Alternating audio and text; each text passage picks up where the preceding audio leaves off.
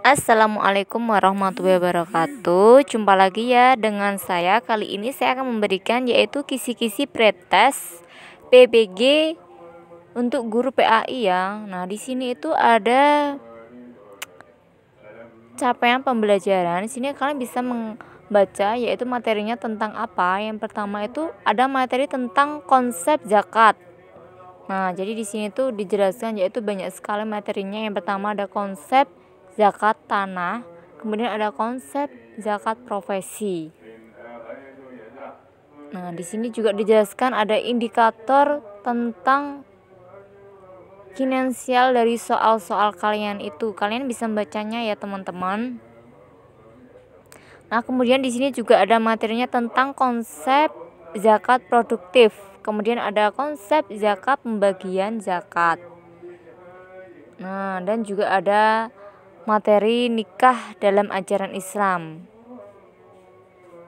Nah, di sini tuh banyak sekali materinya ya, teman-teman.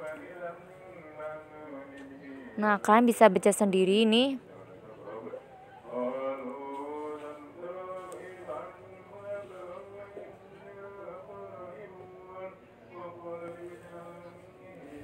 Nah, setelah itu di sini juga ada tentang monogami dalam ajaran Islam. Kemudian juga ada poligami dalam ajaran Islam, teman-teman. Dan materinya juga ada materi tentang nikah mut'ah dalam ajaran Islam. Jadi di sini juga udah dijelaskan yaitu indikator finansialnya. Finansialnya yaitu yang pertama tuh kalian bisa baca sendiri yaitu tujuan dari pembelajaran nikah atau poligami seperti apa. Nah, kemudian juga ini ada tentang materi tentang bank dalam ajaran Islam, yaitu menjelaskan tentang konsep Islam tentang bank. Dan juga ada yaitu bunga bank dalam ajaran Islam. Kemudian juga ada riba dalam ajaran Islam. Kemudian ada fee dalam ajaran Islam. Jadi kalian ini bisa belajar seperti ini ya, teman-teman. Ini banyak sekali nih materi-materinya. Jadi kalian bisa baca sendiri seperti itu materinya.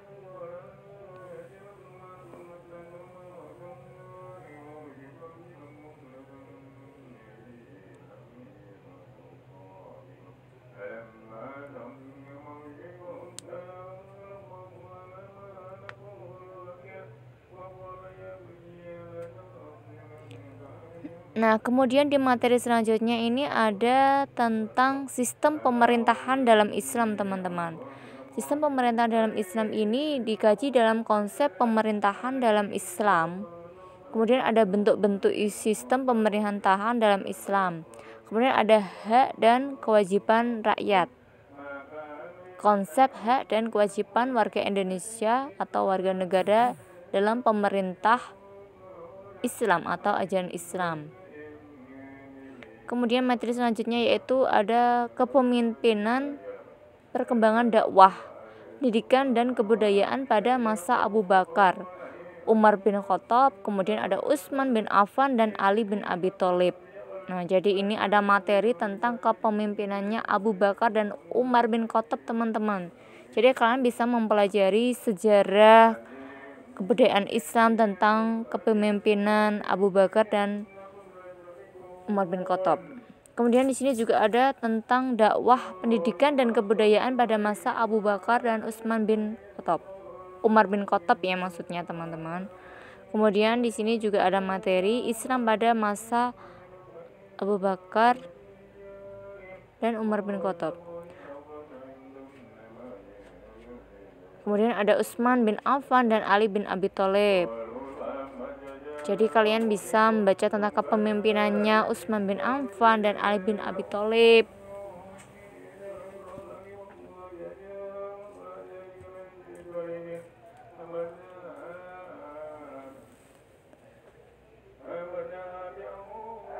Nah, ini juga masih ada Islam pada masa Utsman bin Affan dan Ali bin Abi Thalib ya. Kemudian juga di sini ada materi lagi yaitu tentang kepemimpinan dinasti Umayyah.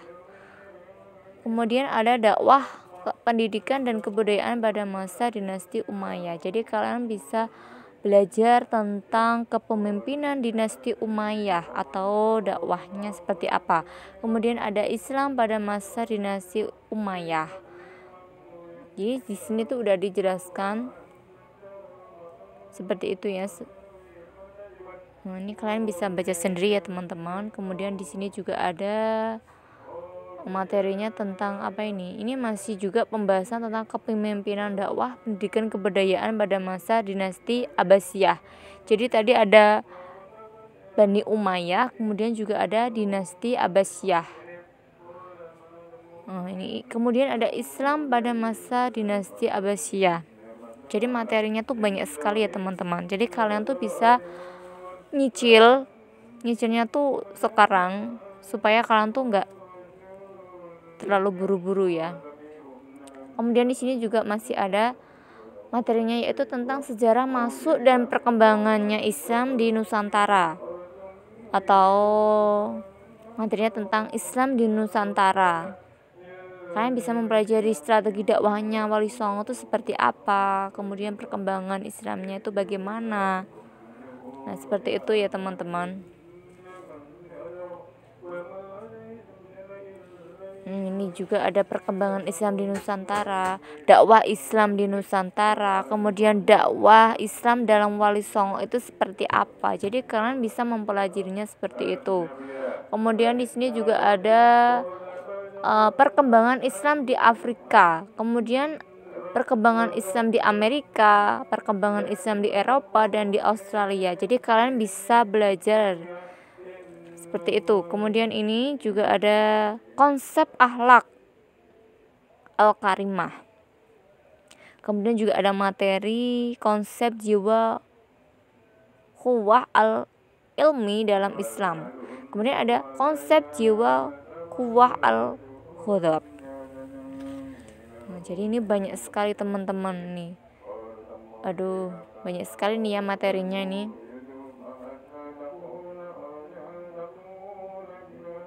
Kemudian di sini juga ada materinya tentang amal soleh dan amal baik dalam Islam serta implementasinya dalam kehidupan sosial, kemasyarakatan dan kebangsaan. Jadi ini materinya tentang konsep amal soleh dalam Islam dan implementasinya ya teman-teman, dalam pelaksanaannya itu seperti apa konsepnya itu. Kemudian di sini juga ada materinya tentang iman dan amal soleh dalam Islam. Kemudian ada tawakal dalam Islam. Tawakalnya itu seperti apa? Kemudian ada akhlak al-karimah terhadap diri sendiri atau konsep al-hayu atau malu sebagai bentuk akhlak al-karimah. Kemudian juga ada materi konsep al-khauf sebagai bentuk akhlak al-karimah. Nah, kemudian materi selanjutnya yaitu konsep ar-Rahman atau ar-Rahim ya sebagai al-akhlak karimah. Akhlak al-karim terhadap orang lain. Jadi materinya seperti itu. Kemudian ada materi pemaaf sebagai akhlak al-karimah terhadap orang lain.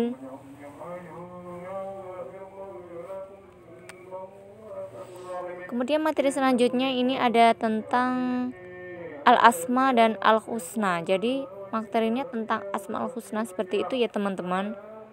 Konsep ar-Rahman, ar-Rahim, kemudian ada konsep al-Malik dalam asma al-husna itu seperti apa. Kemudian materi selanjutnya yaitu ada makna dan ruang lingkup mukjizat, karomah dan sihir. Nah, ini teman-teman. Kemudian ada karomah dalam tinjauan akidah Islam. Kemudian ada sihir dalam tinjauan akidah akhlak. Akidah Islam teman-teman. Kemudian ada kiamat sugro dalam ajaran Islam, hari akhir dan tempat kehidupan manusia di hari akhir. Kemudian ada kiamat kubro dalam ajaran Islam. Kemudian ada kehidupan di surga dan di neraka setelah hari akhir. Dan kemudian ada materi tentang takdir mubrom dalam kajian ilmu kalam teman-teman. Nih, kalian bisa baca lagi yaitu tentang takdir mu'alaq dalam kajian ilmu kalam. Kemudian ada kebebasan manusia dan takdir Allah, atau konsep kebebasan manusia dalam konteks takdir Allah. Kemudian ada materi tentang konsep tafsir secara i'tikaf. Ada konsep tawakul. Kemudian ada ayat-ayat muhkamah dan mutasabihat.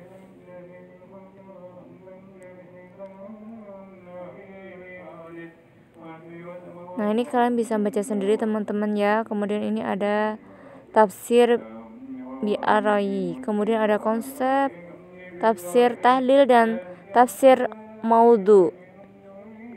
Kemudian ada kitab tafsir maudhu. Kemudian ada ikhlas dalam beramal dan beribadah. Kemudian lagi ada materinya tentang tindakan toleransi yang benar dan yang tidak benar itu seperti apa. Kemudian ada materi lagi tentang hadis sahih berdasarkan ilmu hadis sahih dan hadis dhaif. Kemudian ada itu hadis riwayat Ibnu Majah tentang mencari ilmu dan keutamaan orang berilmu atau ulama dan pencari ilmu. Kemudian juga ada materi hadis riwayat Abu Dawud tentang mencari ilmu dan keutamaan orang berilmu. Kemudian ada konsep Islam menanggung beban atau biaya hidup anak yatim. Kemudian ada fungsi hadis. Fungsi hadis tentang anak yatim ini ya khususnya ya. Kemudian ada penyusunan IPK berdasarkan ke-13. Nah, ini yang materi umum. Kemudian ada teori perkembangan intelektual peserta didik. Ini yang umum ya, materi umum tadi kan tentang keagamaan. Kemudian ada teori perkembangan emosional peserta didik. Kemudian ini ada konsep dasar tentang teori belajar behavioristik. Kemudian ada konsep dasar tentang teori belajar kognitif. Ada konsep dasar tentang teori belajar konstruksivistik. Nah, ini kalian bisa baca lagi nih, banyak sekali nih teman-teman. Ada konsep dasar tentang teori belajar humanistik, kemudian ada konsep dasar tentang teori belajar sosial. Nah, kemudian ada materi tentang merumuskan IPK dalam pembelajaran. Kemudian ada pembelajaran untuk pengembangan kemampuan berpikir kritis. Kemudian ada model-model pendekatan strategi pembelajaran. Ada lagi yaitu materi tentang pendekatan teknologikal, pedagogik, dan konteks knowledge atau TPACK. Kemudian ada pengembangan materi pokok dan bahan ajar dan kurikulum. Kemudian ada materi pendekatan pembelajaran ke-13 dan perkembangan abad 21. Jadi itu teman-teman materinya tuh banyak sekali teman-temannya. Ini ada lagi tentang strategi pembelajaran ke-13. Kemudian ada sumber dan media pembelajaran berbasis TIK. Ada model-model pembelajaran, model pembelajaran seperti holistik. Kemudian adalah konseptual. Kemudian ada ini lagi konsep pendekatan saintifik dan pembelajaran, keterampilan menstimulus dalam pendekatan saintifik. Kemudian ada pelaksanaan pembelajaran berdasarkan pendekatan TPACK. Kemudian ada kecakapan kompetensi abad 21 teman-teman. Ini masih banyak lagi teman-teman. Kemudian ada materi konsep dasar pengukuran penilaian atau evaluasi. Kemudian ada konsep dan penerapan penilaian otentik. Kemudian ada pengembangan dan pengelolaan tes hasil belajar. Ada analisis butir, pengelolaan hasil tes. Kemudian ada materi tentang pelaksanaan program tindak lanjut, kayak supervisi ya ini teman-teman ya. Kemudian ada ini materinya tentang apa? Konsep PTK, langkah-langkah PTK, proposal PTK. Kemudian ada teknik pengumpulan data. Konsep dasar karya tulis atau karya ilmiah.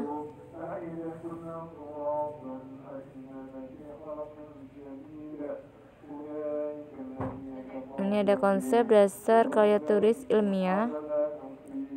Mencakup itu ya teman-teman, konsep KTI, ragam penulisan KTI, kemudian ada pengolahan dan analisis data PTK. Jadi seperti itu ya teman-teman kisi-kisinya. Jangan lupa like, comment, and subscribe, dan tekan tombol loncengnya sekarang juga.